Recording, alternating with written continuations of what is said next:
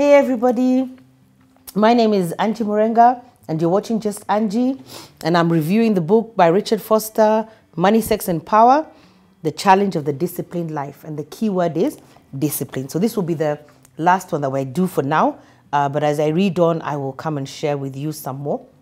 And this topic is really, this chapter is it's called now Jesus and Sexuality.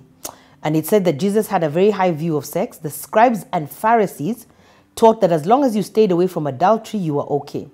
But Jesus saw beyond the externalities of the law. And remember that Jesus Christ came to fulfill the law, but also to introduce grace. So he saw beyond what was just the law. And the law was that you are supposed to stay away from adultery.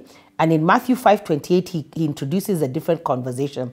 He says now it's not about the external law, it's about the internal spirit in which people live. And he says, I say to you that everyone who looks at a woman lustfully has already committed adultery with her in his heart. And remember the heart, you know, it's amazing. This is the month of love, February. And we talked about out of the abundance of the heart, the mouth speaks. And therefore, this is what Jesus Christ is saying. Now he's saying what you think in your heart and what you've already summoned up in your heart is going to speak. It's going to come out. It's going to become an actual reality.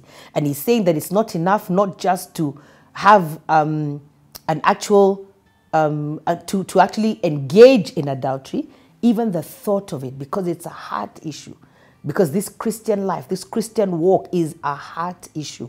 You know, my teachers and mentors used to say that all the time and I never used to understand it, but I've understood it. You see, it's like even salvation. Salvation is not an intellectual confession. It's a confession you make with your heart. And what God is saying here, whatever you put in your heart, whatever you expose yourself, because we're talking about the challenge of the disciplined life, it's not enough not just to engage in the act, but if you think about it, according to Jesus Christ, you already have engaged in the act. And then I love that it goes on to say that lust produces bad sex because it denies relationship. Very powerful. So it's not just bad sex for bad sex sake.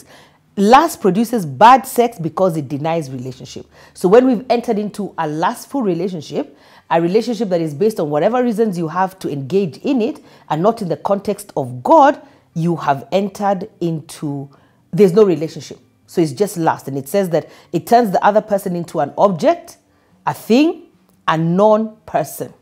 So you cheapen the whole act that God created in such a beautiful context by treating the other person as just an object. There's no relationship, yeah? And it says that Jesus condemned lust because it cheapened sex and it made sex less than it was created to be.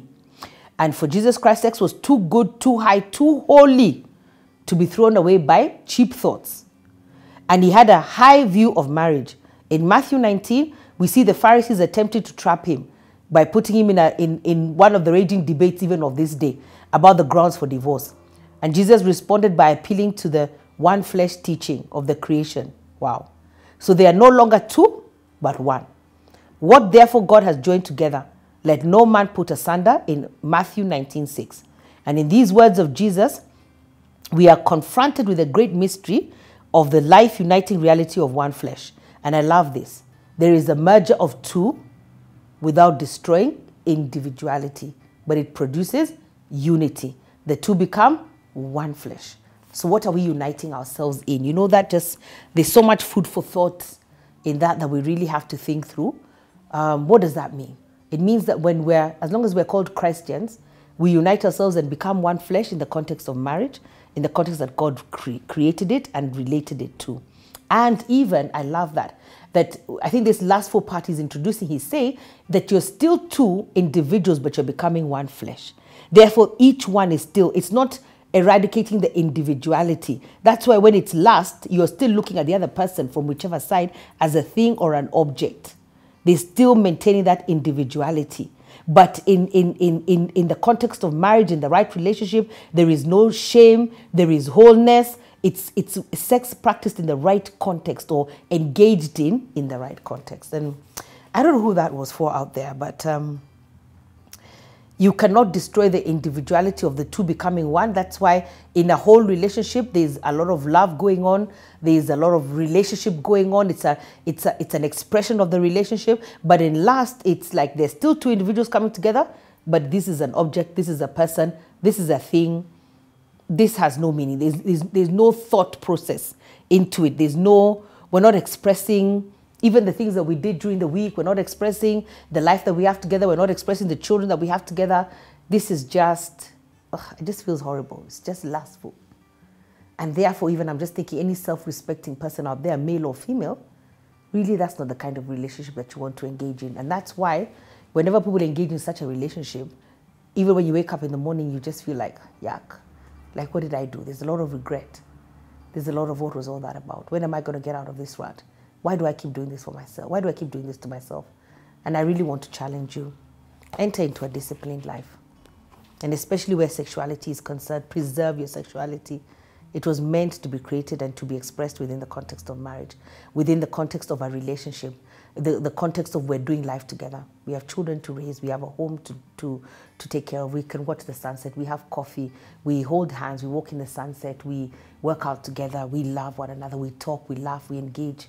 That is the context for which love and sexuality and spirituality was created, not in a lustful context that makes you feel shame afterwards, that makes you feel worthless and treated like an object, not loved and not appreciated. So I think my challenge is, it's February, this is deep stuff, but I want us to think about our sexuality and our response to the King of Kings and the Lord of Lords in terms of our sexual relationship and what that means and what it looks like, and give it the magnitude and the thought that it needs, because you were created in the image and the likeness of God.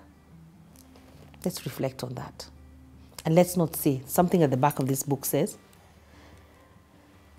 that Money, Sex and Power asks how we can apply the classic Christian vows of chastity and obedience in a modern world that seemingly rejects these values.